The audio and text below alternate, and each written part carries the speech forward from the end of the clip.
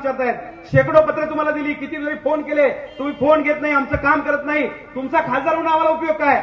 एका बाजूला लोक जाब विचारतायत आणि दुसऱ्या बाजूला शिवाजीराव दादांचं स्वागत, जंगी स्वागत गावोगावी होतंय, गावोगावी हजारोच्या संख्येनं लोक जमतात। हा मोठा फरक आहे।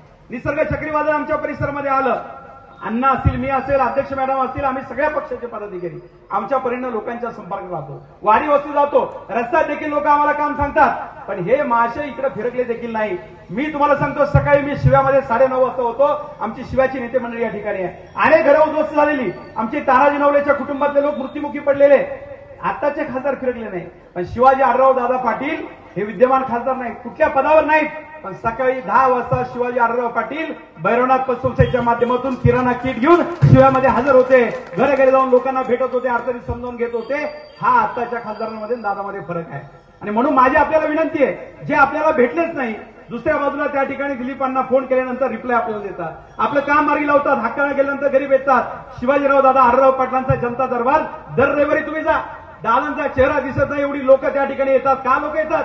हक्कानं माणूस भेटतो, काम करतो, दादा बघत नाही पत्रिकेत माझं नाव वरे खाली फोटो आहे काय, लोकांनी बोलवलंय, कार्यकर्त्यांनी बोलवलंय, जातात सुखदुःखात लोकांना भेटतात, काम करतात। आणि अलीकडच्या काळामध्ये एकनाथभाई शिंदे सत्तेमध्ये सहभागी झाल्यानंतर कोट्यवधी रुपये त्या ठिकाणी शिवाजीदादांनी आणले, आपल्या परिसरामध्ये आणले। एका बाजूला दिलीप अण्णांनी अजितदादांच्या माध्यमातून निधी आणला, दुसऱ्या बाजूला एकनाथभाई शिंदेच्या माध्यमातून दादांनी काम केलं, चंद्रकांतदादा पाटलांच्या माध्यमातून आम्ही आमच्या परिसरामध्ये मोठा निधी आणला।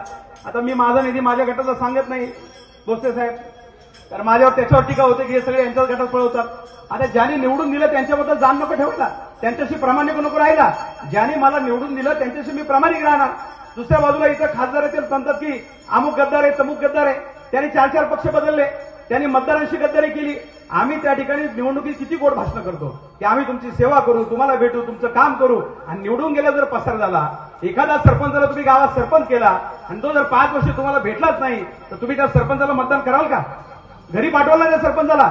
मग आता असा खासदार आपल्याला 5 वर्ष मिळाला, जे 5 वर्ष आपल्याकडे आले नाही, आपलं काही काम केलं नाही, आणि म्हणून जनता सुजाण आहे, जो मतदारांशी गद्दारी करतो, मतदारांची प्रतारणा करतो, मतदारांची जाणीव ठेवत नाही, गोरगरीब सामान्य माणसाने आशीर्वाद दिले त्याची जाण ठेवत नाही, कृतज्ञपणाने वागतो, त्याच्या पाठीमागे राहायचं। की ज्या माणसाला पराभव आल्यानंतर देखील एक शिवाजीदादा मोठे उद्योगपती आहेत, अमेरिकेत त्यांचा व्यवसाय, पुणे मुंबईत त्यांची घरं आहेत, दिल्लीमध्ये त्या ठिकाणी एक वेगळं वलय त्यांचं आहे, पण हा माणूस थांबला नाही, रात्रंदिवस लोकांचं काम करतो, लोकांमध्ये फिरतो। आमच्या सारख्यांच्या अनेक कार्यक्रमात दादा आले, मागच्या वेळेला दादा या आमच्या पिंपरी पाईट गटामध्ये तुम्हाला जरी यश नाही मिळालं तर या गटामध्ये 1960 मताचं मताधिक्य आमच्या सगळ्या लोकांनी तुम्हाला दिलं, आणि तुम्ही त्या प्रकारे लोकांच्या अतिशय चांगले वागला, आमच्या कार्यक्रमाला संपर्कात राहिला, आणि म्हणून माझी सगळ्या सुजाण नागरिक